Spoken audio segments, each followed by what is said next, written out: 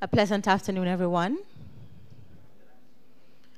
My name is Kadia Hilton-Fraser. I'm the Director of Programs in the National College for Educational Leadership, and it is my distinct pleasure to welcome you here to our 5th webinar. And the college, in one of its initiatives to continue to engage our leaders, not just in Jamaica, but regionally and internationally, on topical issues relating to leadership, we have embarked on this webinar series, and we are most happy to welcome our presenter for this afternoon. But before I do that, I would like to say a special afternoon to Dr. Marcia Stewart, who is the chairman of the steering committee for the National College. Of course, our presenter, Dr. Benjamin, who is the National Mathematics Coordinator in the Ministry of Education, Youth and Information. Our Principal Director, Dr. Tanisha Ingleton. Dr. Timar Stevenson, our Director of Quality Assurance in the college. NCEL team members who are always present and so supportive. Our regional directors from the Ministry of Education, sister agencies in the ministry, specially invited guests. A pleasant afternoon. And let me now go regionally to our viewers who are joining us from Barbados, Grenada, the British Virgin Islands, St. Kitts, the US, and Canada. And just joining us, Dr. Grace McLean, our Chief Education Officer in the Ministry of Education, Youth, and Information. Welcome to everyone. And as I said before, this is the 5th in our webinar series. And as you know, Dr. Benjamin will be addressing us on the particular topic, as you see here, uplifting instructional leadership through coaching. And at this time, I'm going to invite Ms. Prim Lewis from Aberdeen High, situated in Region 5, to welcome Dr. Benjamin.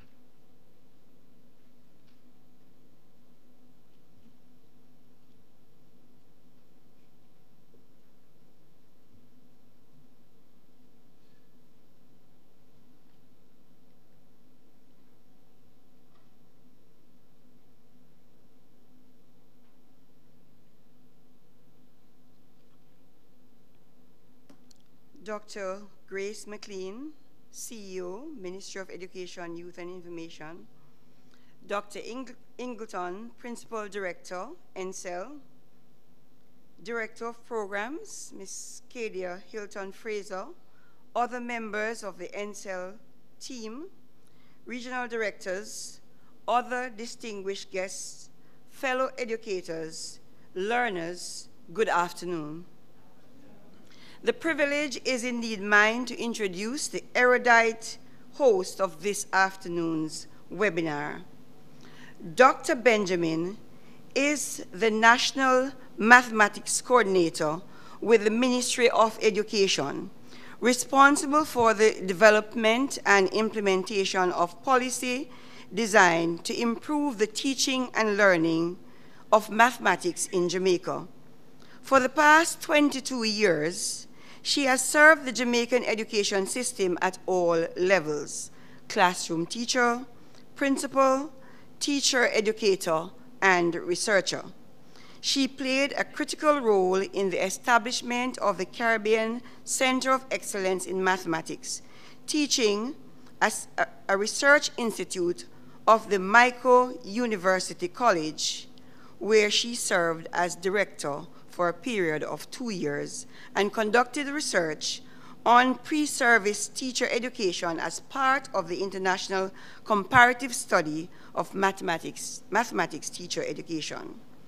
Dr. Benjamin's wide range of experience focused on mathematics education has also led her to serve as Mathematics Chief External Examiner and Teaching Practice Team Leader for the Joint Board of Teacher Education, a member of the review team for the teacher education programs in Belize, consultant to the Mutual Building Societies Foundation Centers of Excellence Project, course developer for Guyana's teacher education program.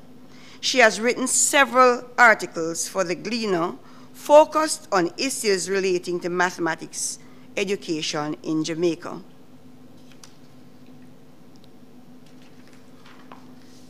the former head of, as they say, St. Andrew High School for Girls, holds a Bachelor's of Science degree in Mathematics and Biochemistry from the University of the West Indies, a postgraduate diploma in Mathematics education from the Michael College, a Master of Education Mathematics from the University of the West Indies, and a doctorate in education from the University of Sheffield, where she focused her research on the mathematics component of the Jamaican Primary Initial Teacher Education Program.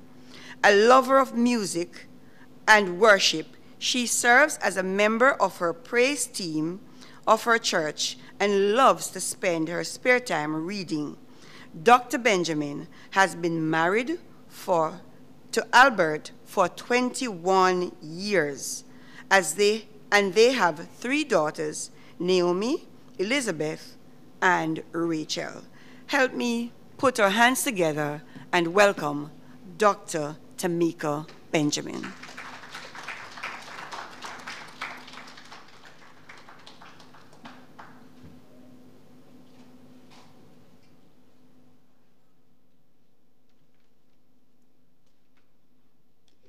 Good afternoon, everyone.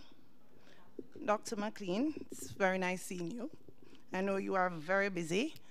I'd also like to welcome Dr. Stewart, Steering Committee Chair for the National College for Educational Leadership, Dr. Ingleton, Principal Director, Mrs. Kadia Hilton-Fraser, other members of the NSL team, regional directors, math coaches and specialists, principals who are present, and our colleagues from BVI, St. Kitts, Barbados, Canada, and the USA.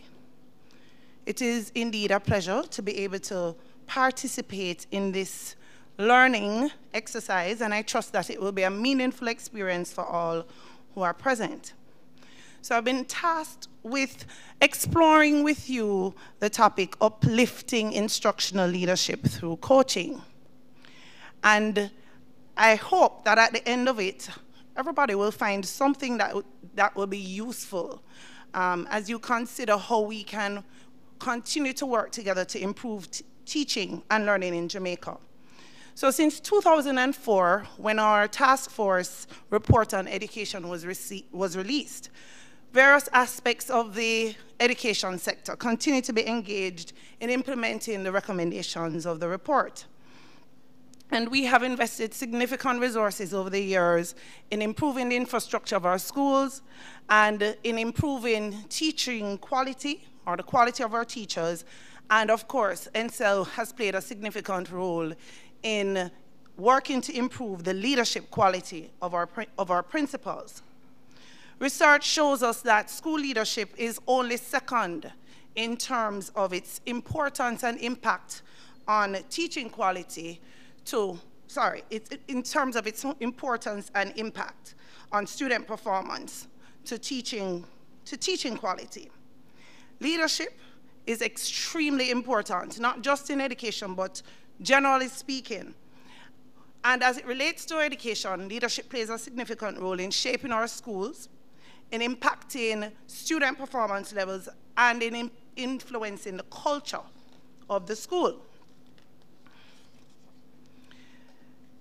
It influences the extent to which the school is able to meet its goals of supporting student learning so that our students are able to transition to the workforce. Now, when all of us hear the word leadership, oftentimes different pictures are created in our minds. Some of us have the view of somebody telling us what to do, telling us where to go, and some of us have the picture of somebody who is journeying with us, leading from the front, but not necessarily leaving us behind, per se. So we all may have different pictures and may even have different experiences with leadership over our times. But there are certain characteristics that research shows us are consistent when we look at effective educational leadership. But before we go there, the first thing I'd like to acknowledge is that the role of a principal is not an easy one. I think of the many times I have engaged with NCEL in the selection of the candidates for the Aspirant Principals program, and Dr. Ingleton's voice resonates, asking the question, is the principalship for you? And it's a very important question because many look on a principal's job and think of it as something glamorous, but it's sheer hard work, and I'm sure the principals in the room would concur. The principal is the CEO of the school, and that person is responsible for all aspects of the life of the school.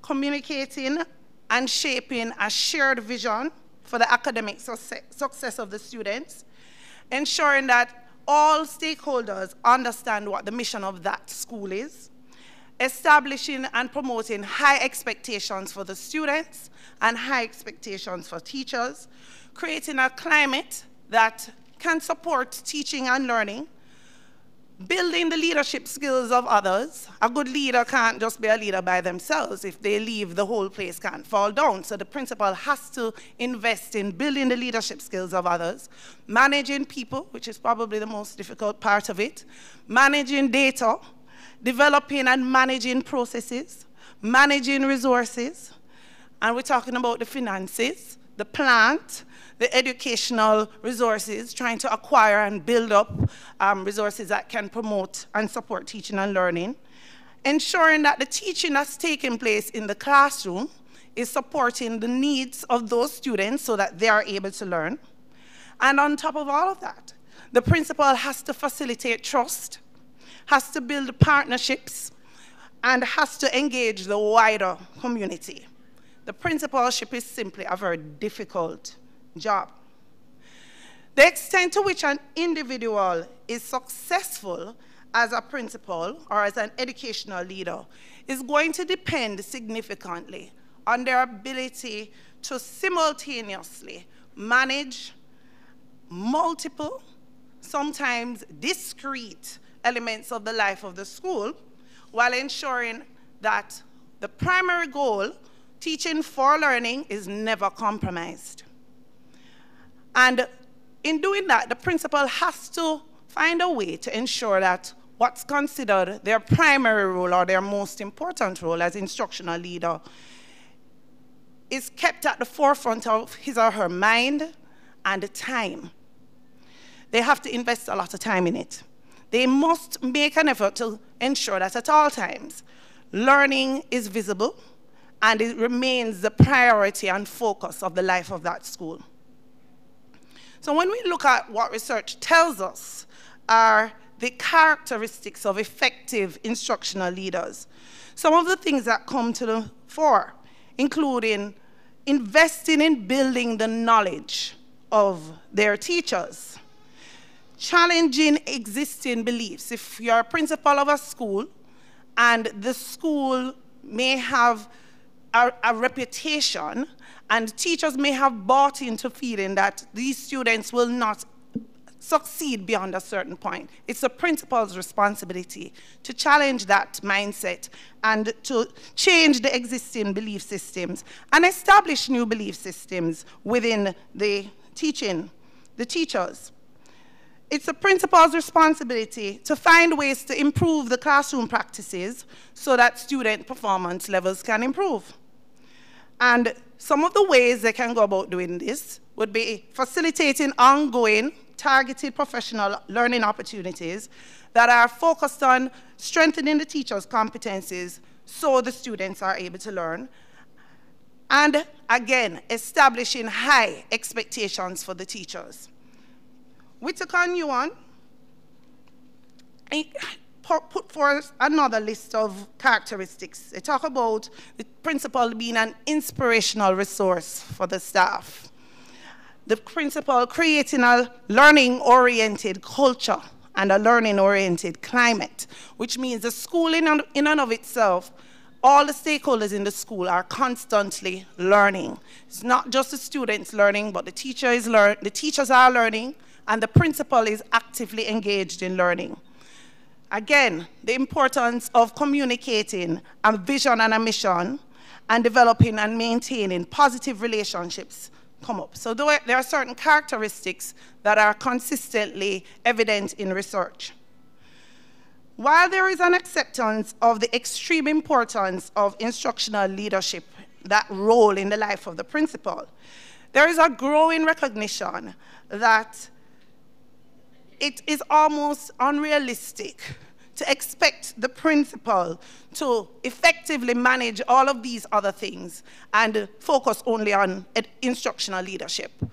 But it is still important.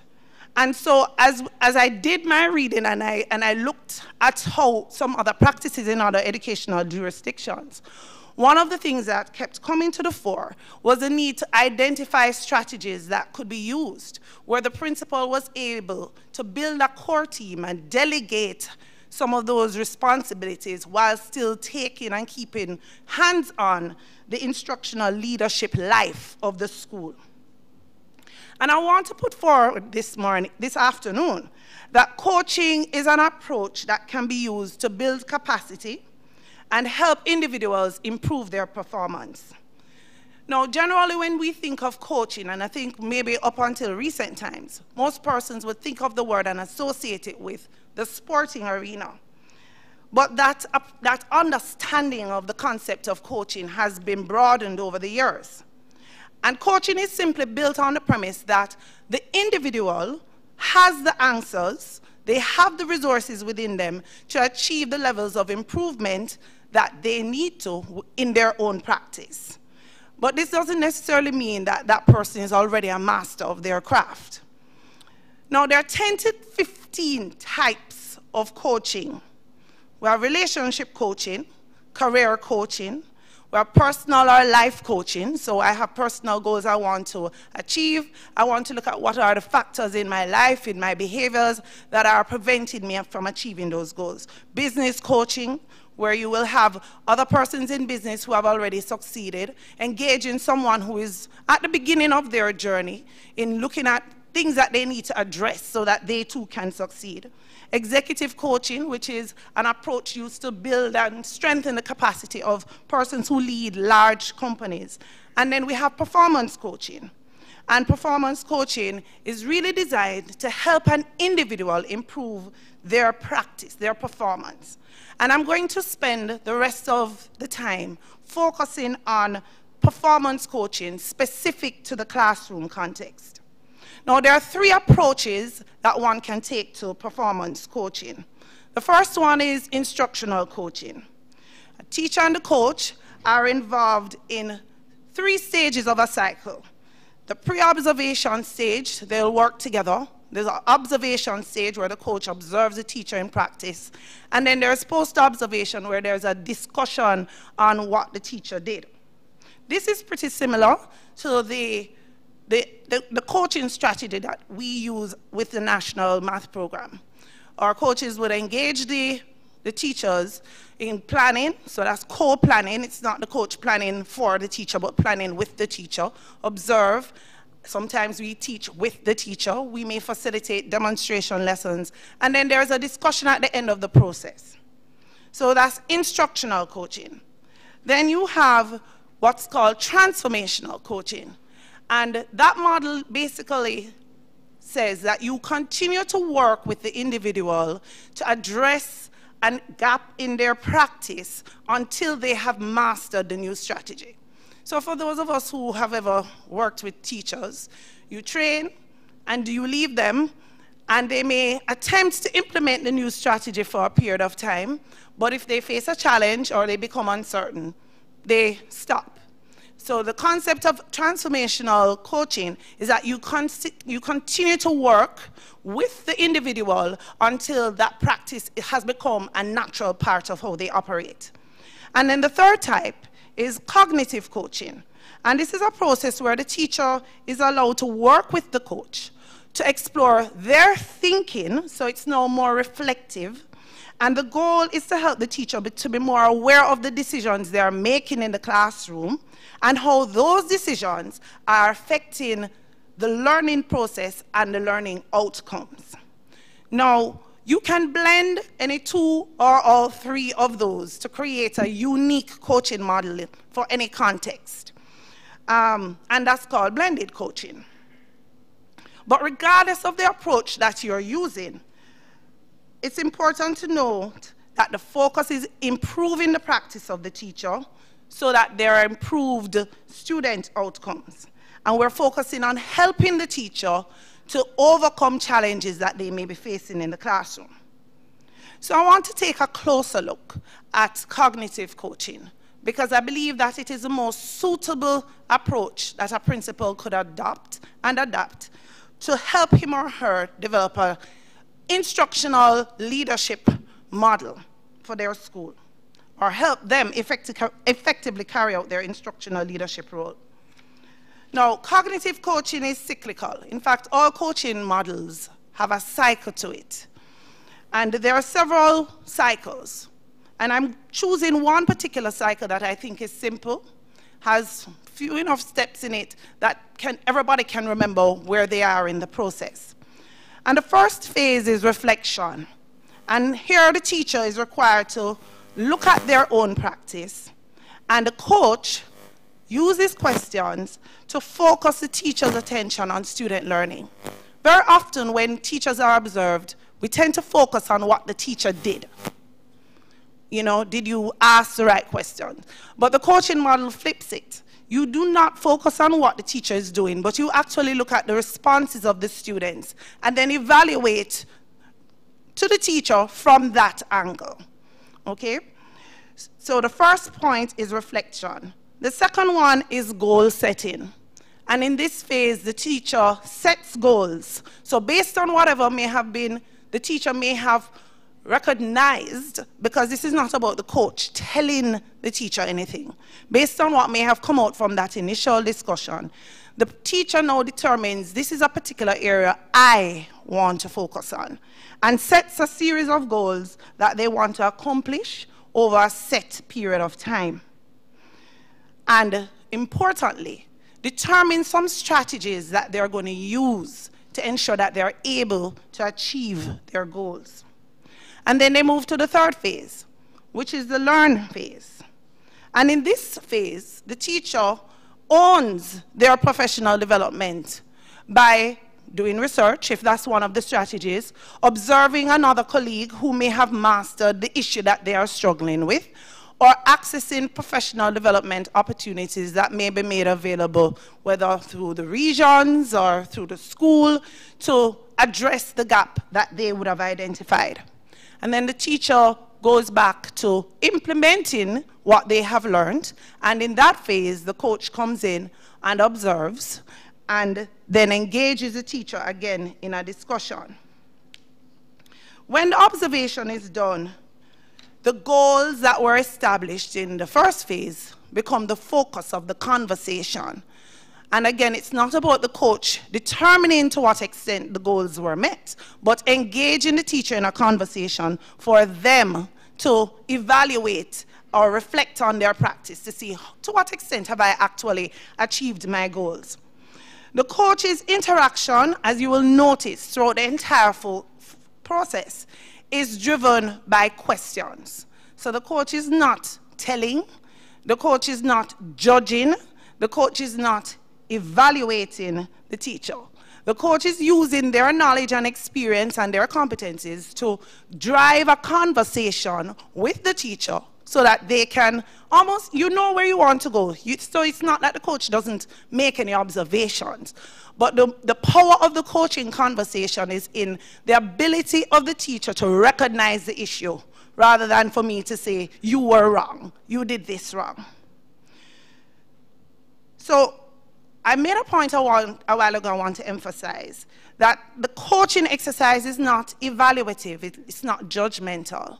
And so it has to be separated from performance, appraisal, and accountability systems. If you pollute it, then you compromise the process, and the level of trust and openness that needs to be there for the teacher to be vulnerable with the coach is not going to be there. It's going to be absent. So what are some of the benefits of a model that builds around coaching? The principal, there are several benefits to the school, to the principal. The first is that the principal can more effectively monitor teaching and learning. And I'm going to flesh it out a little bit shortly. The principal is able to now identify the professional development needs, not of the entire staff, but of individual teachers, and work towards addressing those individual needs. By itself, it is professional development. So although there may be the need for the teacher to access other learning opportunities, if facilitated correctly, the conversation in and of itself is a professional development opportunity. And research says that generally traditional modes of PD that are me talking to you and me lecturing you, just as how our students don't like those kinds of engagement, the level of transference from the workshop setting to the classroom is very low when compared to experiences where there is one, support, and there is consistent reflection on practice. So it's not just about learning about something, but I'm actually doing something and evaluating myself consistently throughout the process. And the transference rates in those instances are much higher than the traditional approach. The other part of it, the other benefit is that oftentimes the professional development seems top-down. I tell you what you are supposed to do. In this case, the teacher is actually owning what they need to do, and they are at the center. They are the ones making the decisions, clearly being guided by the coaches, about what needs to be done and where I need to grow and where I need to improve. And of course, that should improve the attitude to professional development.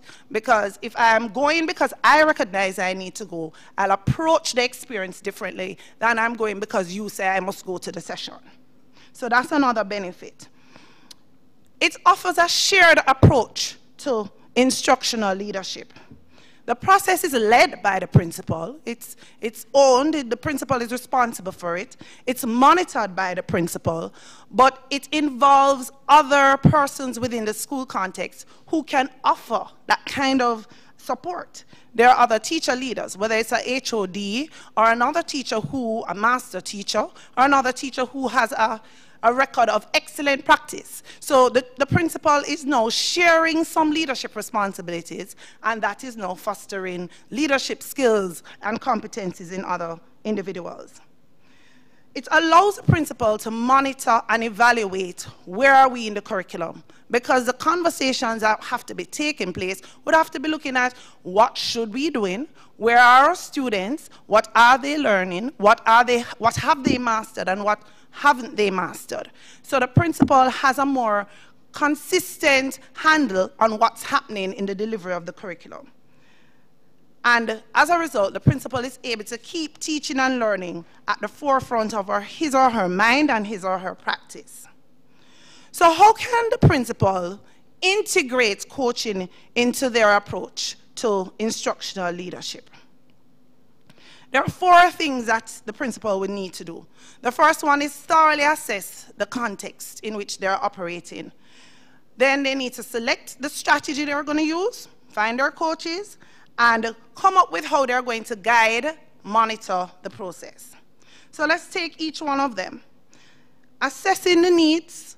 We talk a lot about data-driven decision-making, so the principal can't go off of what they feel or what they think. They really need to assess what's happening on the ground, and that process is best carried out if as many stakeholders as possible are involved. So this is not the principal sitting in the office by themselves, but engaging their middle managers, engaging other teachers and the parents, getting feedback, just getting a sense of what's happening in the classrooms. Looking at the data available nationally, regionally, looking at school data. If it's a primary school, you might want to look at the targets that were set for you through the accountability matrices for literacy and numeracy. Where are we? How have we been doing over the last 2 to 3 years in meeting our targets? Right? So those are some of the things that you would want to be doing as you assess the needs of the school. And then the principal would want, as a part of the process, to answer some of these questions. What should my teachers know to be able to support student learning? What should they know? Okay, and you might want to consider, considering we're in that period, looking at what NSC, for instance, is requiring them to be able to know and do in terms of methodologies and philosophy. Do my teachers know these things, and do they understand them? Why are there gaps between what they are required to know and their performance? What is causing that gap to exist? What have they already mastered? So NSC talks about the 5 E's. Have they mastered that? If not, what component or components of it are presenting a challenge? Right? Look at ministry policies and directives to get an idea of what should be happening in my school, and has my school moved in that direction, or are we still working with the RPC, for instance? Right? What factors are impacting teachers from applying their knowledge? Is it that there are resources that they need that they don't have? Do they have the resources that were distributed from the training sessions, or they don't have access to it? What is preventing them from applying the knowledge that they have? The next part of the process is selecting your coaches, your coaching strategy. You want to fine-tune the cycle. So I shared one cycle, but it doesn't have to be the cycle that you would choose to use, because your context might say, this is not going to work this way here. So you fine-tune the cycle, and you create something that suits your context. You identify the persons who you can rely on to function as coaches, and you have to consider the competence of the individuals and the dispositions of the individuals. You need to take into consideration their communication skills and the individual's, what I'm calling, trust quotient. If the person is competent, they have good communication skills, but teachers feel that if they make themselves vulnerable to the individual, and everybody in the school is going to know they spelled a word wrong on the board or something, that person is not going to make an effective coach, because the teacher will not feel free to be vulnerable with the individual. Then you want to develop the instruments that you're going to use to help you collect data, to support reporting from the coaches, and allow the principal to monitor. And then the third thing, well, I've jumped over identifying coaches because I've kind of talked about that. And then the last phase is implementing the model.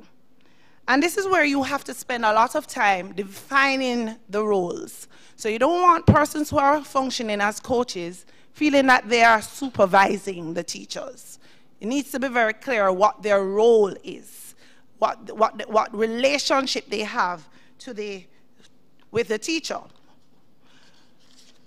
You want to develop the instruments that you need to be used throughout the cycle, and establish who is going to report to who, and how is that information going to be fed back to you as a principal, and what processes are we going to use to analyze that data and generate reports, and how will those reports now inform our next steps, our decisions in the next phase of the cycle. If the data is not generated and gathered and analyzed frequently, the process is ineffective. So if there isn't a system where there is constant review of what's happening, we're back to square one. So that's going to be very important. Now, there are two things. While looking internationally, there are various elements of the approach that we can see, certainly in Australia, significantly in Australia. And in Japan, the approach, they don't speak a lot about coaching, but they speak a lot about lesson study, which is peers going into each other's classrooms, planning together, evaluating together, improving practice together. So not exactly coaching, but there are elements of what coaching involves that is evident in a lesson study approach. But it's important for principals in considering the model to recognize that there are possible threats to its success. And we have to consider those threats before we make a decision to move forward. The first one, in my view, is what I'm calling, well, research titles it teacher isolation, but it's very real in Jamaica. We don't really have an open classroom culture. Teachers automatically become threatened uncomfortable by the presence of somebody in the classroom.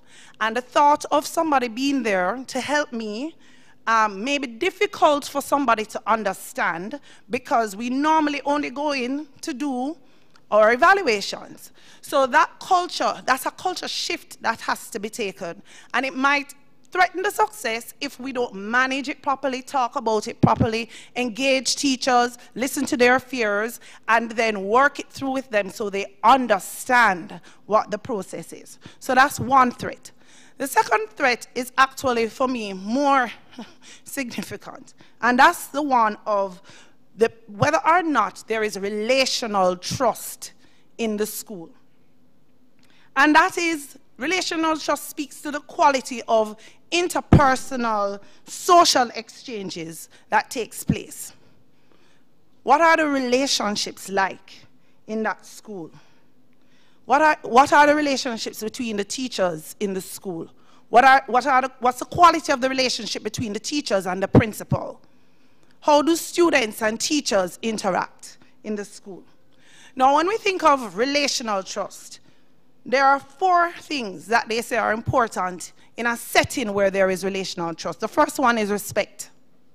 So the culture in the school should be one where everybody feels listened to and everybody's opinion is valued. And an opinion being valued doesn't mean that we agree with it, but I can hear you out and I can give you an opportunity to share your views.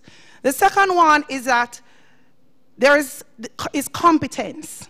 And this means that there's generally a feeling in the school that you can do your job well, because it's an ecosystem. So if what I'm doing, if I can't do my job well, it's going to affect your ability to do your job. And if there's a breakdown where people don't feel they can rely on another person to carry out their job, because I don't think the person is able. So if you have teachers who don't have any confidence in the competence of their HOD, then the model is going to fall apart. Okay, so competence is important. Then they talk about regard for others. And this is the willingness of persons to go beyond. So something is going to happen tomorrow, and it's going to mean that we have to stay behind to put in an extra time so our principal can meet a deadline. Do I say this is not my job and I am not staying, or do I find a way to support the process? Because we regard each other and we're working together. Does that culture exist in your school? The last one is integrity. And this is simply, we all know what it means, the consistency between what is said and what is done.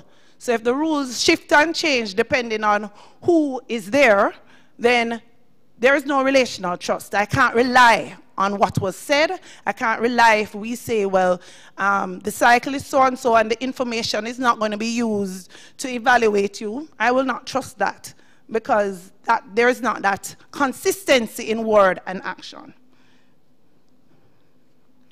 Now, research has shown that where there is a high rate of relational trust, there is the possibilities for school improvement and improvement in student performance is great.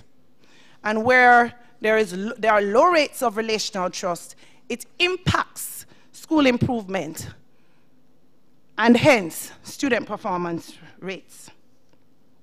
So the extent to which the principal establishes respect and regard for others as key components of the ethos of the school and their leadership is going to have an impact on their ability to successfully implement the model. The principal has to develop the discipline of listening to others and avoid responding to situations arbitrarily. And parents need to be engaged consistently. And these are things that the ministry promotes and speaks about all the time. So this is nothing new or earth-shattering.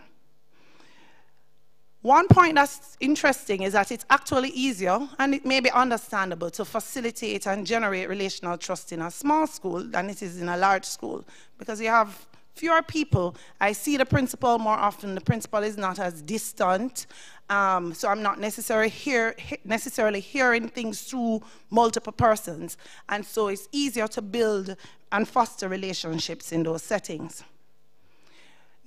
Now, it may be a new idea, but when I looked at the data, it was coming out as a more predictive factor than school size, than the teacher professional background, than the years of teaching, than the poverty levels of the students. So it seems to be something very important. And we can think of several contexts, I'm sure Dr. McLean can, where we've had issues in schools and it has so significantly affected the ability of anything else to get done. So relational trust is important. When it's absent, there is suspicion. It reinforces teacher isolation. So stay in my classroom, I don't want to talk to anybody, I don't want to hear anybody. And it inhibits openness to anything new and the successful implementation of anything that you want to get done. It's important that if a principal evaluates the relational trust in their context and recognizes that it is at a low level, that they don't try to implement the coaching model on top of it, because it will fail. You have to start to deal with the issues, creating a culture where there's respect, where people feel listened to, and dealing with those issues before you can try to move on to implement something like coaching. Coaching for instructional leadership is a model that can effectively support principals in keeping teaching and learning at the forefront of the life of the school. It's a paradigm shift which encourages a move away from teachers being isolated towards creating an environment where there's a lot more consistent collaboration. And this is more than just our common planning time, but allows us to now begin to examine our practices together and be focused on improving the performance of our students. The extent to which relational trust is evident is going to affect the extent to which the principal is able to implement the model.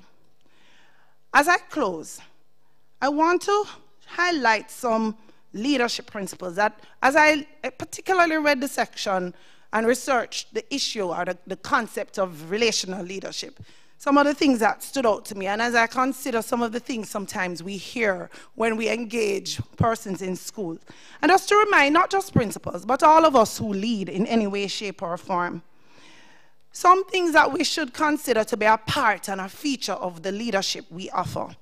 The first thought, be kind. Be kind. You know, we don't have to like people, but we can be kind to people. We tell children to be kind, but sometimes we forget when we are adults to be kind. The second is to act with integrity and transparency and model the behaviors we as leaders are requiring of those who we lead. So avoid duplicity. Be willing to learn from your staff.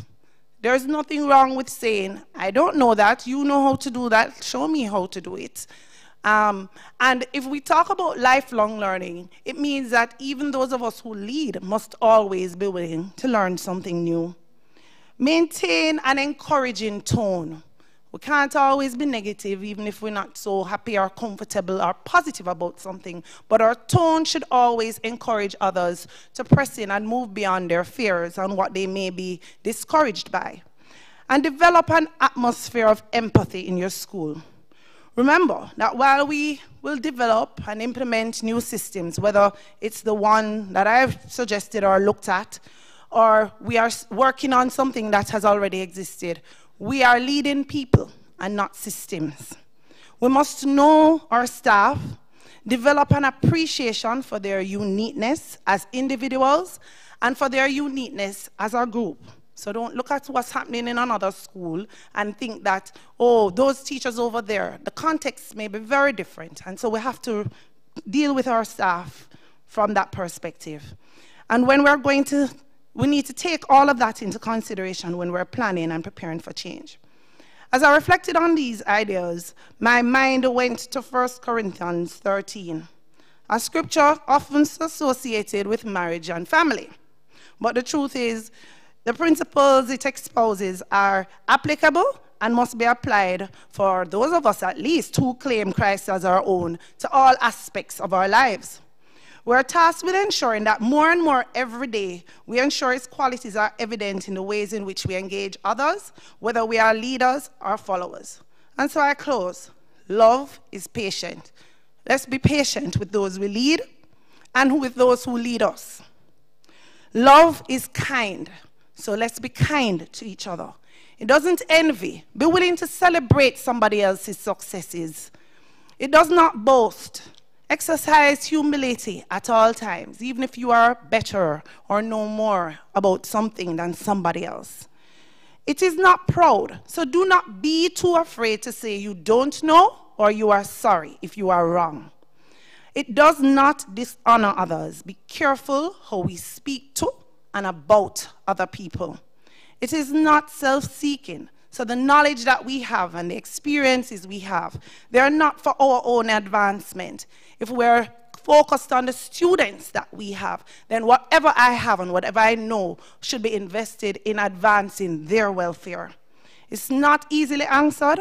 It keeps no records of wrongs. Sometimes 10, 15, 20, 30 years, we're still talking about something that happened. We need to let it go and move on. Love does not delight in evil, but rejoices with truth. It always protects. So the principal made a mistake, or a teacher made a mistake, it doesn't need to be broadcasted. It always trusts, always hopes, and always perseveres. Thank you very much.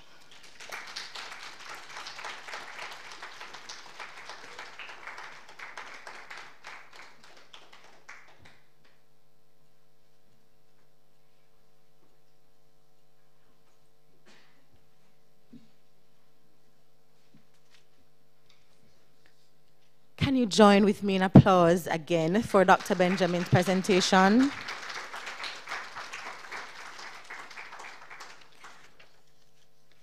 I'm floored at this point, and I'm speechless, and that doesn't happen very often.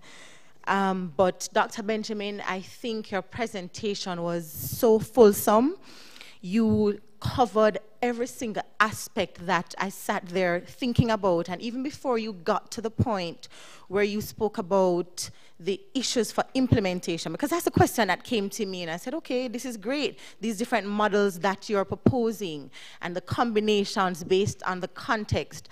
And the thought that came to my mind was, considering our Jamaican context and the culture that we have here, trust, I know would be a big issue, and alas, you mentioned that, you spoke about the different issues of trust. And it was perfect to me the way you incorporated elements of Corinthians and, you know, just the aspects of how coaching, just following those models, and if we're going to be using that to help our teachers and by extension our students to really improve. I think the part of your presentation that resonated with me was the part about the cognitive coaching, because that allows the teacher, the practitioner, to really think in an evaluative way about what they're doing, what needs to be done, and how they can go about improving that. And that's critical. It's like in a classroom as a teacher, when a student has perhaps done something that's undesirable, and the best way to get them to now be more desirable in their behaviors is for them to evaluate where they may have gone wrong and what they need to do better. So I want to thank you for the ways in which you talked about coaching, the elements of coaching, the different characteristics that this principle should model, building the teacher's knowledge, challenging existing beliefs, which is critical because some of the things that our teachers tend to hold on to are not necessarily the things that will help to develop their students and, by extension, the school. Creating those new beliefs in the teachers and facilitating targeted professional development opportunities, not top-down, as you said, thinking about, oh, do this. So that was just wonderful. At this time, Dr. Stevenson, I understand that you have a burning question. I'm going to ask Dr. Stevenson to ask that question.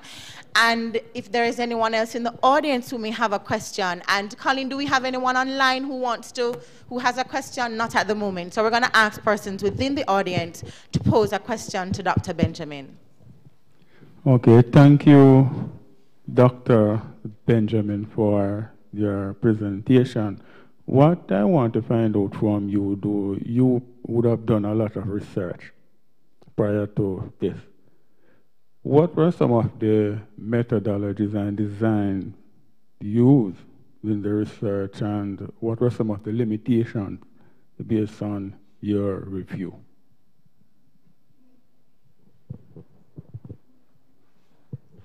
You're referring to scientific research?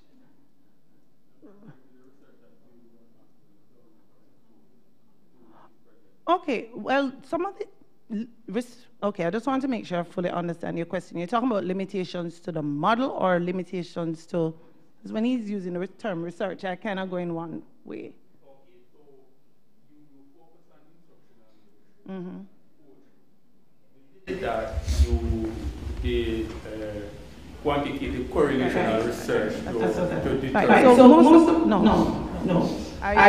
This was more reading and looking based on the practices that we have used, because we've been using coaching, but we've been using coaching locally from a particular context, right? So some of what I would have shared in terms of even the issues relating to relational trust, those are factors that our coaches will interface with when they get into the schools. So it's more from our experience on the ground and looking at what has been happening in other contexts, right?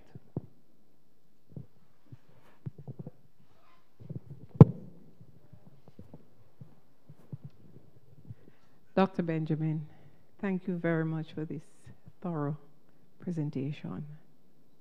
My name is Maureen Dwyer, and I'm from the National Education Inspectorate. I want to raise the issue of self-efficacy and how it would impact, for example, the cognitive model that you have raised. Could you elaborate on that, please? And further, the culture of supervision in Jamaica. How would that impact the role of, say, the coach as well as the principal in the school? So that's a cultural issue. Could you elaborate a little bit on that?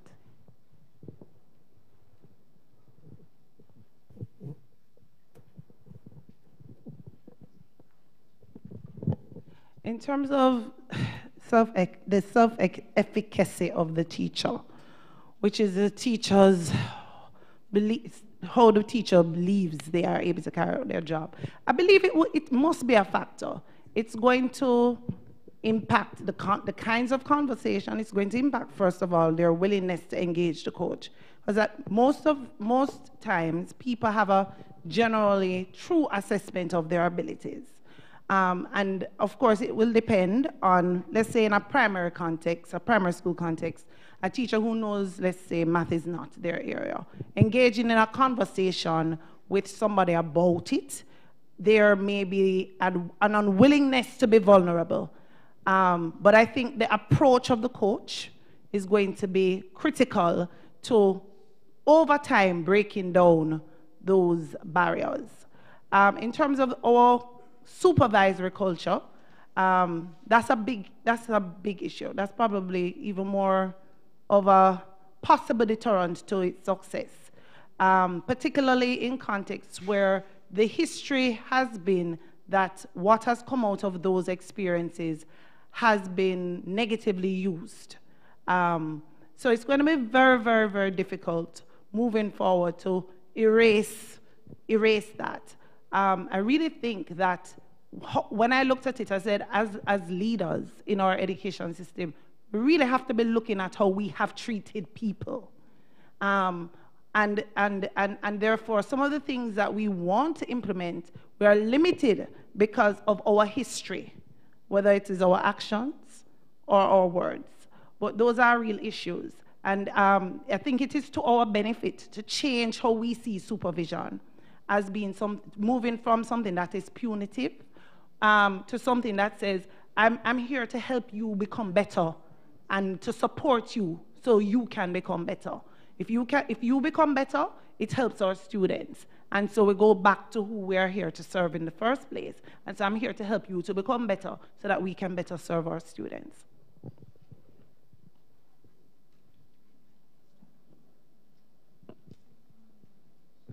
Good afternoon, Dr. Benjamin and the rest of the members here. My name is Daniel Facey. I work with the Ministry of Education.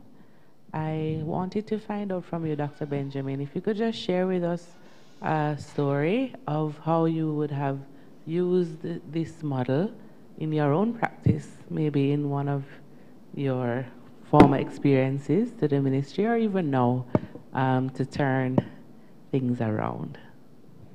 Well, one particular context that I can think of is and it's not when I was a principal, but in my current role, where I had a team member I thought had a lot more potential than she thought she did. And just through asking her a series of questions, I was able to help her to, one, recognize that she actually could do a lot more than she was doing, but she believed that she was not as good as.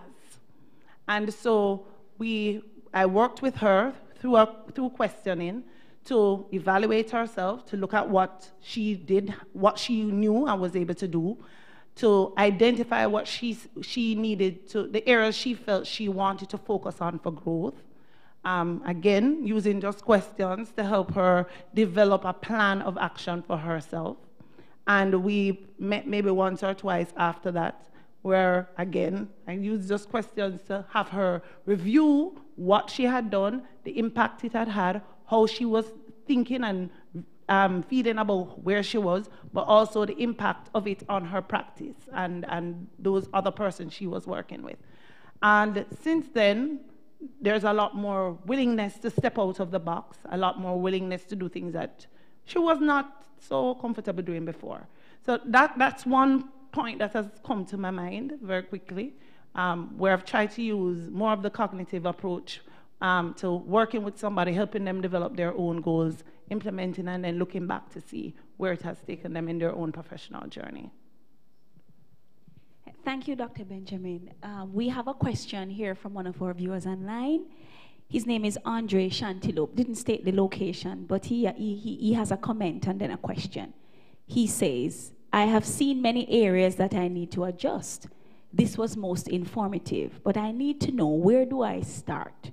What is the first step in repairing the trust as it relates to trusting each other with our vulnerabilities? Well, I would want to say start with yourself.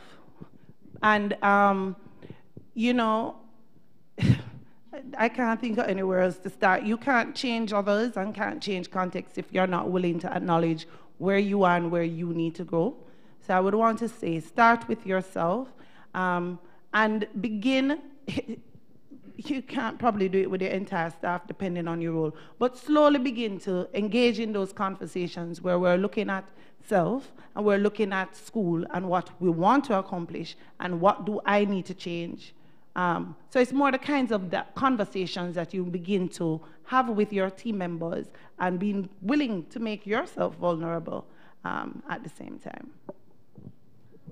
Dr. Benjamin, I would agree with that, because we have noted in our leadership development sessions that a lot of the problems that we're having, and we really fail to address them. They're really self-problems, in that we find that a lot of our leaders are not really confident in who they are and what they have and what they can deliver.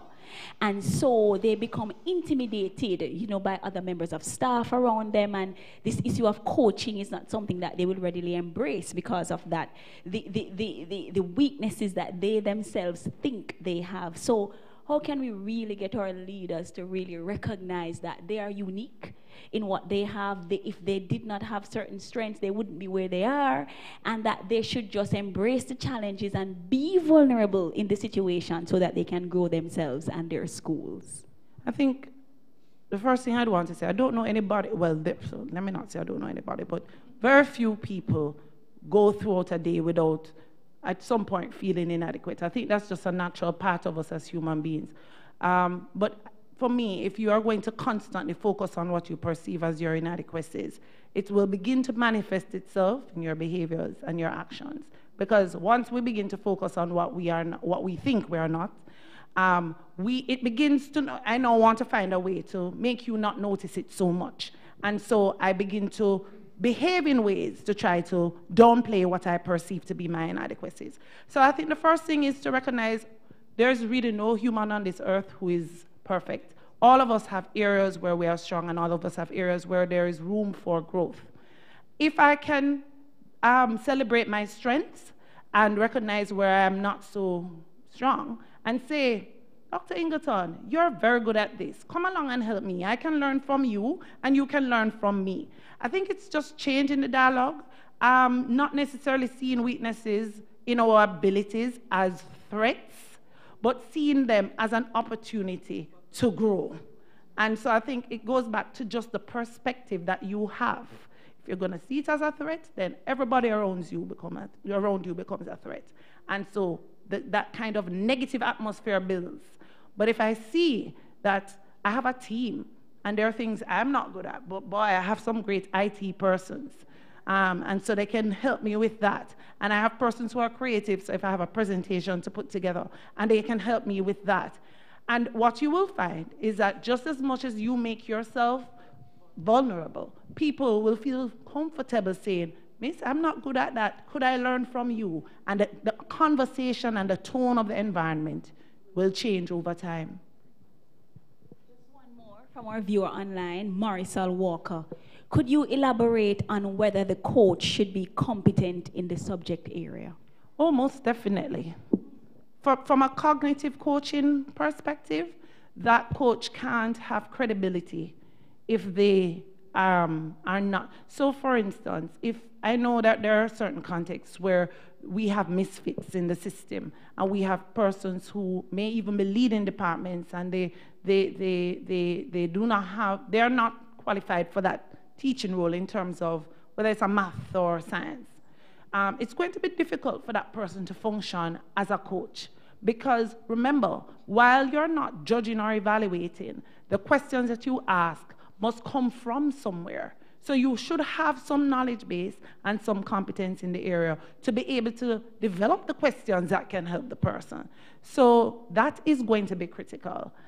It doesn't mean the person has to be an expert, okay? But if you have staff who love to learn, and they have a good foundation, and they're willing to spend the time to grow, then you can invest in training those persons and support them in becoming the expertise you might need on the ground over time.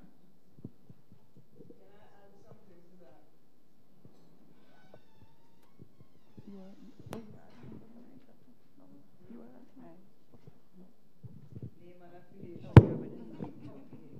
Susan Anderson, am I supposed to say that I'm part of the committee for NCEL, or I'm supposed to say that I'm from University of the West Indies? Or I'm just, yes, all right.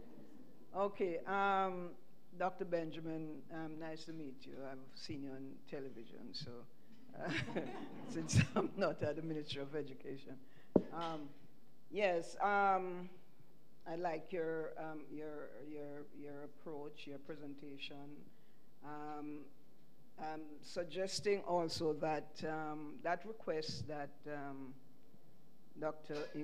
I have to say Tanisha, she's a past student of mine. I have to take that. I should have mentioned that as part of the affiliation. Yes.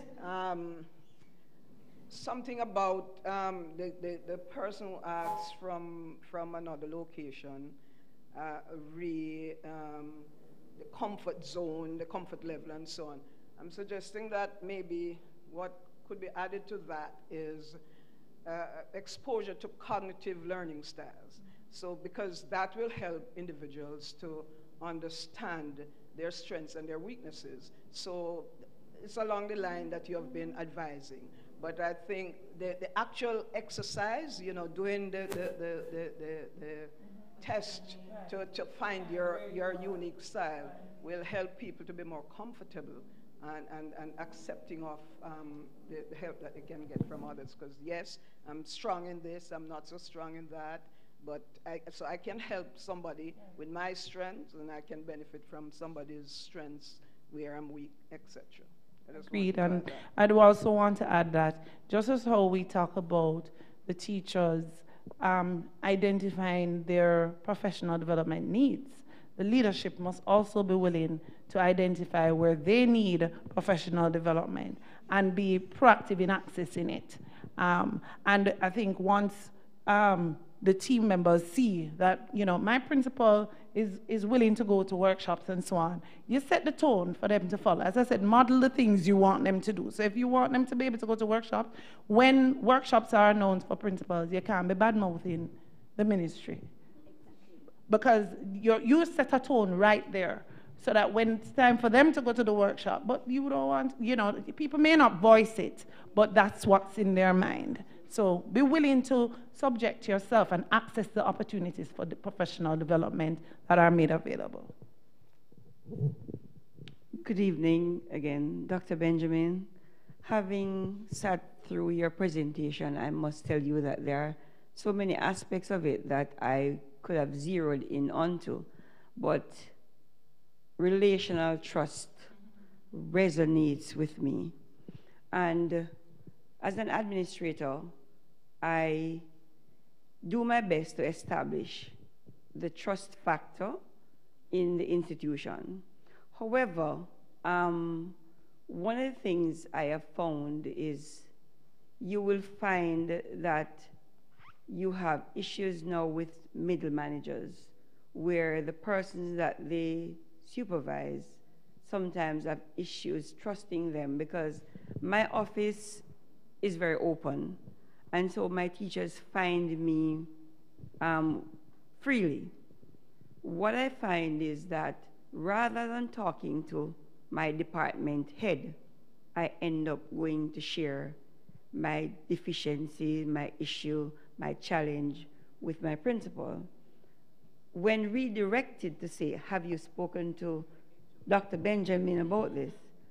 Miss, I would rather not, because maybe of an experience where I exposed my vulnerability and then it resulted in an embarrassing situation where I feel even less competent, thank you, than I was before. And those are some of the challenges that we as administrators have to deal with.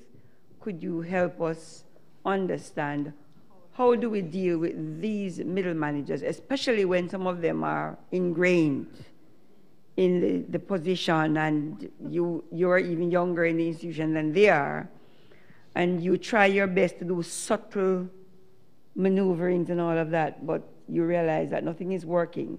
So these people, rather than confide in and trust, they shift away and hide away from. I won't tell you that that is an easy question to answer, especially in contexts where, as you said, the person is, the option for you to renew leadership at the middle management level may not exist. I think if I were in that position, my approach would have been this. One, first, I would try to set the tone I want. And I think you clearly have started that for them to feel comfortable coming to you. If you know that there isn't that trust level, I wouldn't be forcing people to go there, but I would use every opportunity I could to renew leadership at that level, to do just that. And at the same time, find ways to facilitate the professional development and the enlightenment of those middle managers. So, maybe through the same coaching strategy, asking them questions to have them reflect on how they handle their team members. To see if they can recognize how they are responding, because sometimes people do not necessarily recognize that I have this tendency, or that I evaluated and then it was all over the place. So maybe using the same strategy to engage your middle managers in that kind of conversation so that they can reflect and see if you can use that to kind of help them redirect their actions and their approach. While at the same time, maybe explicitly establishing the culture and the approach in terms of allowing teachers, or making sure that our approach to leadership allows people to feel vulnerable, so that when we need to work with them to build them up, they that kind of conversation can take place. It might be a multi-pronged approach, but I don't think there's an easy answer to the question. Oh. Okay. Good. It's evening now still? Still afternoon. Okay, afternoon. Good afternoon, everyone. I'm Clover Hamilton Flowers. I'm from the core curriculum unit, and I want to celebrate with Dr. Benjamin the whole matter of leadership and paying attention to this kind of coaching approach. In listening to the presentation, I observed that a lot of what was being shared, had to do with reflective leadership. We tend to promote what normally persons are talking about, transformational leadership, which is different from taking a reflexive approach to leadership. So the demands that you're making of us in terms of being leaders would be saying you have to also adopt that kind of approach to leadership. Something that came home forcefully to me relative to this relationship issue is the article, the Willie Lynch. Anybody ever heard of Willie Lynch? Have you ever read the Willie Lynch letter? The dividing and conquering and, promoting our differences and all of that. I think it's one of the ways of beginning to look at ourselves by taking that as a mirror to see if we're still promoting the approach that that person had used to create that division as a springboard. The other thing that came home in terms of trying to promote that change is how you actually closed the session. You brought us back to that which makes us spiritual. And so I'm going to deviate a little bit from you in terms of not being perfect, because I strongly believe that everything God creates is perfect. He created all of us perfect when we came to know Him, but oftentimes we make the excuse that we are human beings and so we can't be perfect, but the scripture says be perfect. So if we begin to think from that position that, I can make a choice that would help to enhance the relationship that you're talking about, we'll begin to see that kind of cultural transformation that is necessary. So I want to thank you for sharing.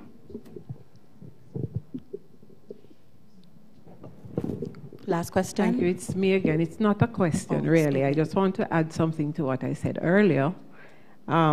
Recognizing the cultural shift that is needed, that you have to change the discourse as a part of changing the culture.